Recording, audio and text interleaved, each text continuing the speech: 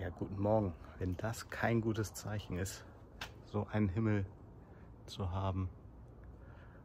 Heute geht es nach Köpenick zum Whiskyfest. Und da freue ich mich sehr drauf.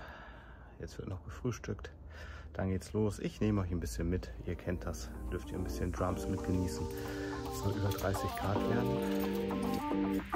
Naja, schauen wir mal.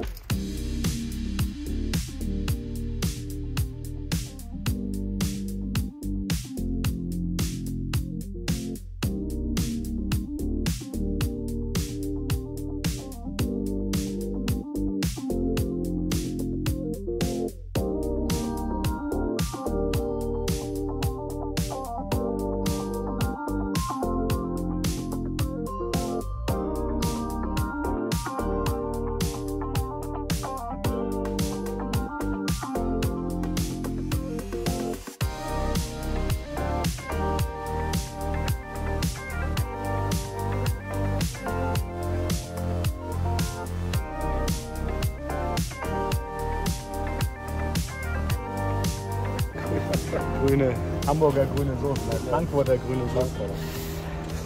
Wir sind jetzt vor der Freiheit 15, geht gleich los, was haben wir? 13:38, Zeit für die Schlange. Ja, Björn, das Wetter ist perfekt. Bestes Wetter, besser geht nicht. Blauer Himmel, Blauer Himmel. Habt ihr gerade gesehen, ne? Dann war einfach ein blaues Farbkästchen eingeblendet. Was erwartest du heute? Wir haben gerade schon drüber gesprochen. Ich lasse mich einfach ganz open-minded treiben. Also ja.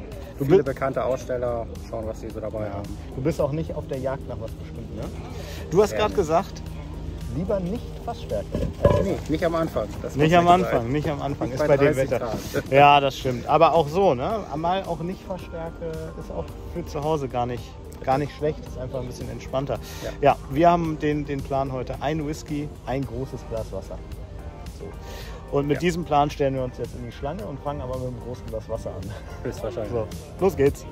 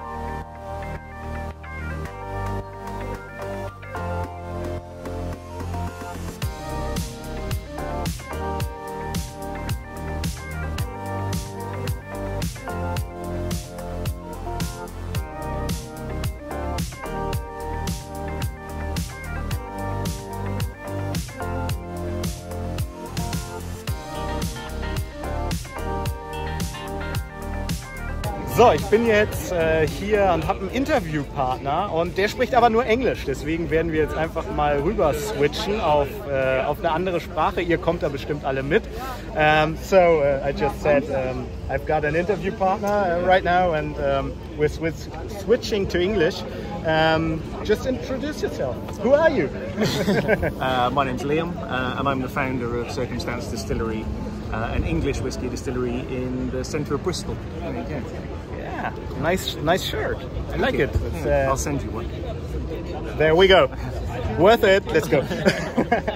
No, it's a nice, clean design. So okay, and yeah, what do you do? What's your special? So we make English whiskey. We don't throw away the rule book, but we try to ignore it as much as possible. Okay. So there's three kind of big things that we do differently. The first is in our mash bill is that we don't just use single malt. So we don't just use malted barley. We always add something else. Okay, nice. So to add another layer of flavour with grains, we usually add unmalted barley with a nod to the Irish. Adds a lovely mouthfeel and again another layer of flavour. And we'll often work with malted wheat and malted rye in our mash bills as well. So that's the first thing that we do differently, the choice of grains. Yeah. The second thing is the choice of yeast.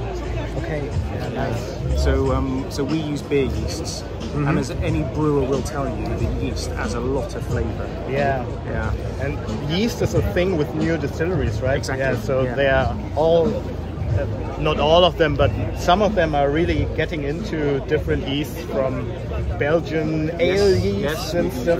Okay, yeah, I see. Okay, nice. We Great. mostly use beer yeast, and depending on which grains we're using, we'll change the yeast. Okay, so do you do a lot of experimenting, or are you set on some style? Well, we have a core kind of whiskies that we do, but at least 10% of our production every year is experimental, and it can go very experimental. Okay, a couple of months ago we did something called a co-fermentation. So it's been quite big in wine, where you ferment wine and apples together. So we took that idea and applied it to whiskey. So in Bristol we have a lot of cider. Yeah. So we fermented apples and grains together to make. Well, it's not going to be whiskey. We don't know what it's going to be. It's not really spirit. Spirit drink. But every time we put apples anywhere near our whiskey, it tends to work really well. So we'll see how that turns out. So it can be extremely experimental, or it could be just changing the yeast a little bit, changing the mash a little bit. Nice. Yeah. So what have we got in our glass? So this is our kind enough. This is our estate whiskey. Yeah. So because we use a different grain with the malted barley, we never use just malted barley. We can't call it single malt. Yeah. So this is termed single grain whiskey. It doesn't mean it has one grain in it. Yeah. It just means it's a single distillery and it's not malt whiskey. Okay. Yeah. So this is a combination of malted barley, unmalted barley, malted wheat, and malted rye. Okay. There was a combination of 3 yeasts in this one. A French Saison yeast, a German yeast, a Bavarian Weissbier yeast, and a mead yeast, so a honey beer.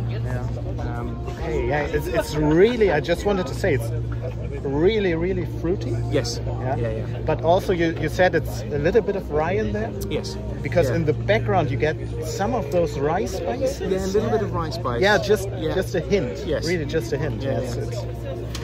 It's really a dram to really dig in. I just wanted to say, in German you could say interesting, but in English interesting isn't a good thing. No, it's really engaging. Yeah. I was going to say the other thing that we do significantly differently in our distillery is the length of fermentation. Okay. So that's the third kind of key pillar of what we do. And normal whiskey fermentations are 3-4 days. That's traditionally how long it takes. Newer distilleries, as you'll be aware, tend to push it out to 4, 5, 6 days. Ours is 14 days. 14 days? 14 days. And so you don't count in hours, do you? No. But there's a good reason for it. The science behind it is that you get after about 3 or 4 days, you get a bacterial infection, which competes with the yeast. It's a lactobacillus, which then produces ethyl lactate, and that really starts getting going about 5 or 6 days. So we let it run its course. So we have this massive build-up of ethyl lactate, which gives a kind of creaminess in the mid-palate, but also some people describe it as a fizziness. I tend to describe it as a kind of a citrus, so like a lemoniness. Okay. So you get a kind of, again, coming on in the mid palate. Okay, just let's find out, I guess. Yeah. Well, I know what it is. I don't. It's really my first dram right now. I've never tasted this. Cheers.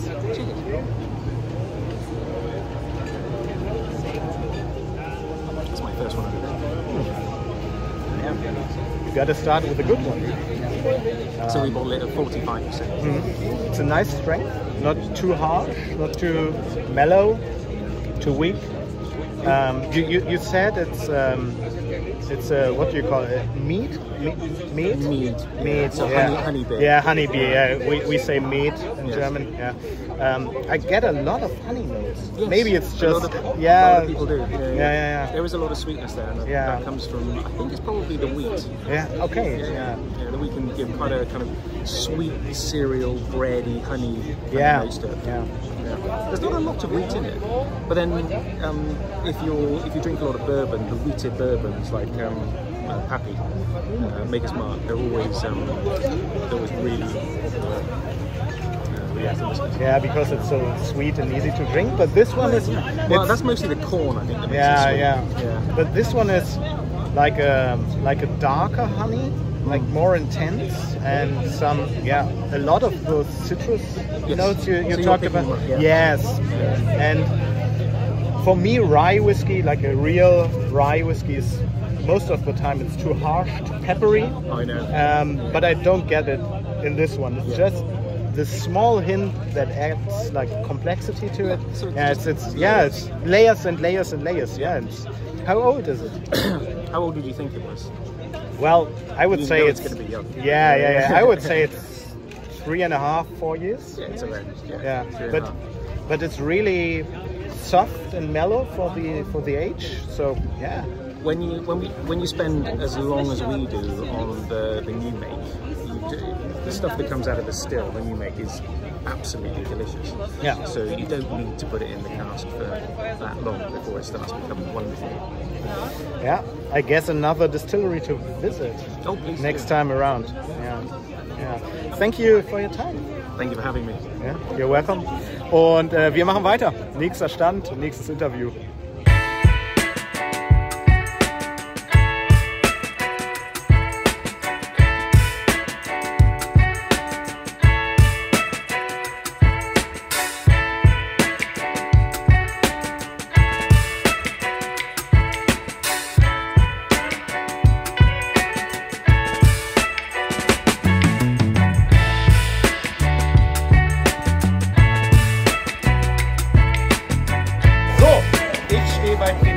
Und ich habe die wundervolle Jess neben mir von Single Cask Nation.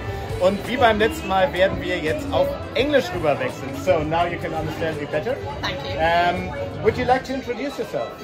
Sure. My name is Jess and I am the Global Sales Manager for Single Cask Nation.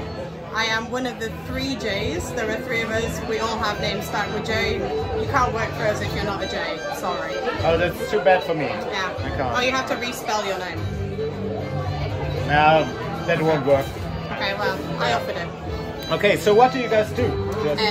We are independent bottlers and we bottle tons of really delicious liquid, obviously. Predominantly single malts from Scotland, but we have some international things here today. We've got a Swedish whiskey and an Indian whiskey. We also have a grain whiskey with us, but what I have here is a bottle of Scotch, single malt whiskey from the Köpenicker Distillery. Try and hold it without dropping it. This is a 6-year-old first fill bourbon. It's unpeated. Bottles at cask strength, so 58.9%. And it's just a real favourite of mine. I got to pick it in the warehouse, so it's a little baby of mine. And you picked it for the video, so right? Yeah, and I picked it for the video. Yeah, just grab whatever you. And it's you already said it. It's unpeated, so I thought it's heavily peated. I don't know why, but it's unpeated. So how do you said you're choosing a lot of the casks yourself? Yeah, well, there's 3 of us, so it's team effort, but sometimes I get to pick special ones. So how do you choose a cask? Like what is it that you go, okay, we pick that one cask? Sometimes it's that the cask has really unusual flavours, or maybe there's just something that when you pour a sample of it and you put your nose to it and you think, yeah, this is one. This okay. Is one. So, instinct. A bit instinct. Sometimes as well I like the sound of it. I try to build a range that's got, you know, a nice selection of ranges of numbers, different styles. So we want a bit of variety in as well, so that we don't have everything that's the same. Yeah, sure. So you're not only picking the casks you like, but sometimes you go, okay, we are missing something here in the range, and it's not my type of whiskey, but I objectively it's a good whiskey, so I'm picking it. And I think whiskey is a very personal thing, so you don't have to like everything. You can have different styles and different makes. Yeah. Because some days you want a very heavily peated, maybe something from Islay. Some other days maybe you want some Highland unpeated, or you want a really heavily sherry cask space. So it's good to have a variety. Sure. And sometimes you pour a Bowmore and the guy in front of you says, it's not my cup of tea. Yeah, but sometimes by the end of the dram he also likes it. So that's right. I think, you know, you just need time with someone. So. Yeah, definitely. So should we just talk a little bit about this? Yeah, this one? Do. Yeah. So it's a really fruity nose. Yeah. It's like it's definitely fruity, and I think it helps because it's so warm here. Yeah, it is really warm. It's helping to warm the whiskey in the glass a little bit, so you're getting lots of that lovely bright fruity grapey notes. We just talked about Haribo, so I get a lot of Haribo peach in there, like a really like synthetic estery peachy note, which I really like. So I do too. Yeah. And because this is a bourbon cask, we're also getting a bit of vanilla-y. There's a touch of coconut in here. Yeah. Again, I want to give you tropical flavour notes because it's warm. Yeah. If we were in Scotland and it was raining, I think we would be talking much heavier, maybe more focusing on the malt or the kind of the darker fruits that you also get in this. Yeah. We always, on our bottles, we always give a little note. So here you can see we have bright and fruity yet quite savoury, and I think that's quite a good way of summing it up. Really, really is. When you finish it as well on the palate, it definitely becomes a little bit maltier as well. Okay. There's a little bit more grain. So should we try it? Sláinte.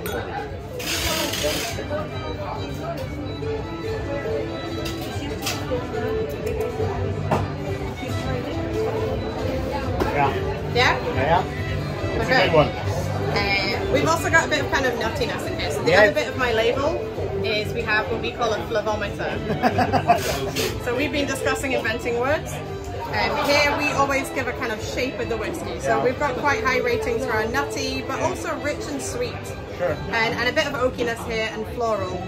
Not too much on the spice. Yeah, I get a lot of the oakiness for younger whiskey. It's quite rich and strong. How much was it on the ABV? 58.9, so it's pretty punchy. Yeah, it is, but we are getting later in the evening, so it's the fitting. music's getting louder, we need something to dance to. Yeah, maybe no one can hear us, so we're just talking. We've mimed this entire thing. Yeah, who knows? You got to see a nice whiskey. Yeah, but but I really like it. It's got a lot of character to it. Thanks. Yeah. Thank you so much for having us. Oh, thanks for stopping by. Cheers. Cheers.